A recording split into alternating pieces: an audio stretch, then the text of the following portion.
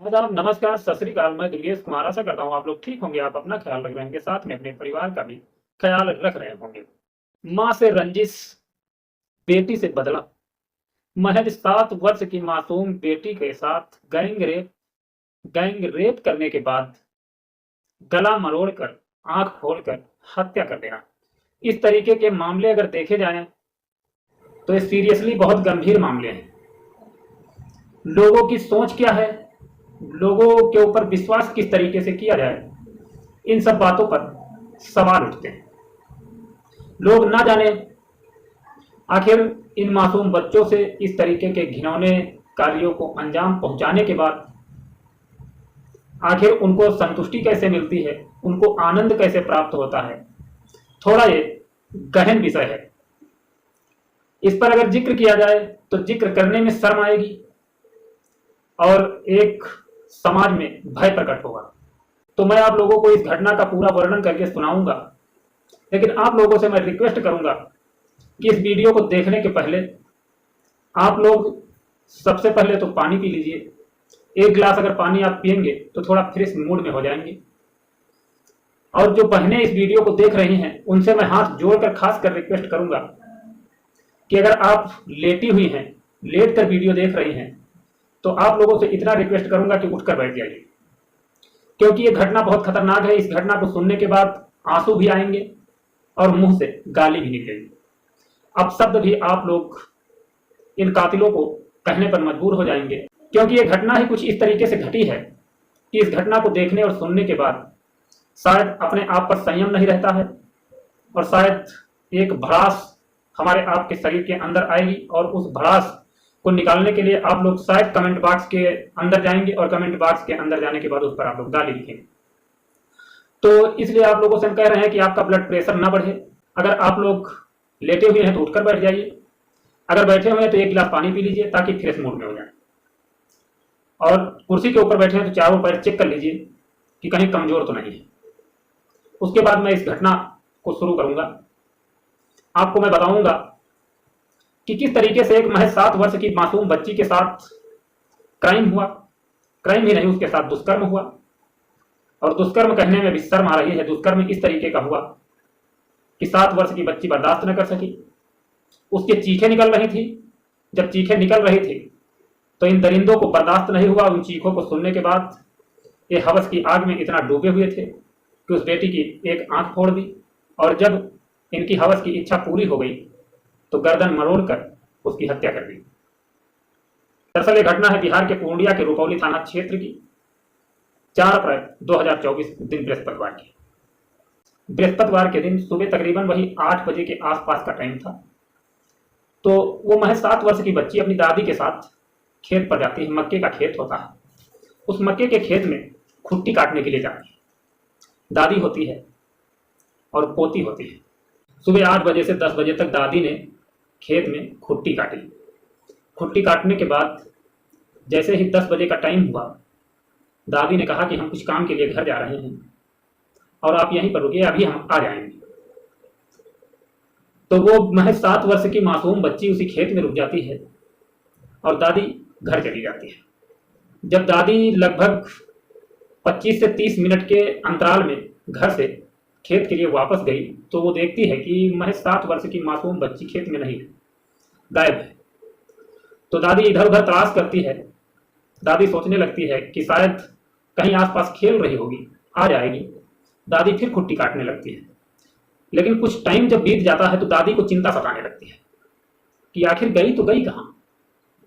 उम्र ज्यादा है नहीं, उम्र मात्र 7 वर्ष है, अलग कहीं जा नहीं सकती है, घर गई नहीं है। अगर घर गई होती तो रास्ते में हमको मिलती। दादी को चिंता होने लगती है। दादी अब इधर उधर तलाश करने लगती है। तलाश करते करते थक जाती है। 2-2.5 घंटे गुजर जाते हैं। दादी घर आकर के परिजनों से बताती है तो सारे लोग खेत पहुंचते हैं, उस बेटी की तलाश शुरू कर देते हैं। लेकिन तलाश करते करते और 2-3 घंटे गुजर जाते हैं। मासूम सी बच्ची नहीं मिलती है, कुछ पता नहीं चलता है। तो परिवार के जो लोग थे वो गांव आते हैं, ग्रामीणों से बताते हैं। तो बच्चा किसी का हो, ग्रामीणों में भी एक चिंता की लहर दौड़ जाती है। किसी की भी बेटी हो, किसी का बेटा हो, घंटे, आधे घंटे, 2 घंटे की बात अलग है, लेकिन तीसरे घंटे में तो मिल जाना चाहिए ना। और कोई भी मासूम बच्चा 2-3 घंटे अगर माँ बाप से अलग रहेगा तो माँ बाप को चिंता जाहिर सी बात सताने लगेगी। परिवार के लोग और गांव के लोग जो थे वो कहने लगते हैं कि अगर आना होता तो वो आ जाती, शायद धूप लगी होगी, तो धूप जब लगी होगी तो हो सकता है उसको चक्कर आया हो, चक्कर आने की वजह से आसपास के खेत में हो सकता पड़ी हो, बेहोशी की हालत में हो। तो बच्ची को तलाश करना तो बहुत जरूरी है। गांव के लोग भी तलाश करने में लग जाते हैं, छान मारते हैं खेत के आसपास का पूरा एरिया, लेकिन बच्ची का कुछ पता नहीं चलता है। चिंता बहुत ज्यादा बढ़ जाती है, पूरा दिन गुजर जाता है, ढूंढते ढूंढते रात गुजर जाती है। उधर माँ का बुरा हाल है, माँ का रो रो कर इतना बुरा हाल है। माँ कह रही है कि हमारी बेटी को किसी न किसी तरीके से ढूंढ कर दे दीजिए। महज मासूम सी बच्ची 7 वर्ष की उम्र है, वो हमें छोड़कर कहीं नहीं जा सकती। माँ बहुत रोती है, बिलखती है। माँ माँ होती है। माँ के दर्द को कोई बयान नहीं कर सकता है। कहते हैं जब बच्चा जन्म लेता है तो माँ के शरीर में जो दर्द होता है वो तकरीबन 20 हड्डियां एक साथ टूटने के बराबर दर्द होता है। माँ उसी दर्द को सोच सोच कर बिलख रही है, तड़प रही है। पूरा परिवार परेशान है, पूरा गांव परेशान है, पूरे गांव में मातम सा छाया है, संसारी बरस रही है। माँ के करुणामयी शब्द सुनने के बाद रोंगटे खड़े हो जा रहे हैं गांव के लोगों की। रिश्तेदार इकट्ठा होने लगती है। पूरी रात यही खोजबीन का कार्य चलता है, लेकिन बच्ची का कोई पता नहीं चलता। रात गुजर जाती है, दिन शुक्रवार आ जाता है। 5 अप्रैल शुक्रवार दिन आ जाता है। सुबह से फिर तलाश शुरू होती है। दोपहर हो जाते हैं। आखिरकार गांव में एक व्यक्ति आता है। वो बताता है कि एक बच्ची की लाश चपहरी गांव के बहियार में मिली है। जैसे ही इतनी बात सुनी जाती है, लोग टूट पड़ते हैं, परिवार के लोग टूट पड़ते हैं। वो माँ टूट पड़ती है। माँ बिलखते हुए दौड़ती है, गिर जाती है, उठती है, गिरती है, उठती है, गिरती है। भागते भागते अपनी बेटी के पास पहुंचती है। जिस समय देखती है, माँ का कलेजा फट जाता है। रोते रोते रोते रोते वो दर्द की वर्णन करना बहुत मुश्किल है। माँ का कलेजा फट जाता है। पिता का रो रो कर बुरा हाल है। पिता जमीन पर गिर जाता है, बेहोश हो जाता है। गांव के लोग संभालते हैं, समझाने की कोशिश करते हैं, लेकिन जिसका दर्द है उससे पूछा गया, जिसका बच्चा इस दुनिया से गया है उससे पूछा गया कि क्या दर्द होता है। दर्द का वर्णन करना बहुत मुश्किल है। हम लोग 4 शब्द कहेंगे कि शायद इंसान समझ जाए, लेकिन इंसान मानता नहीं, इंसान का दिल नहीं मानता है। क्योंकि बच्चा जिसका गया खून पसीने से पाल पोस कर जिसने बड़ा किया है, उसका दर्द इस दुनिया में कोई नहीं बांट सकता है। मां रोती है, मूर्छा आ जाते हैं, जमीन में गिर जाती है, पानी के छींटे मारे जाते हैं, आंख खोलती है, चिल्लाती है, फिर बेहोश हो जाती है।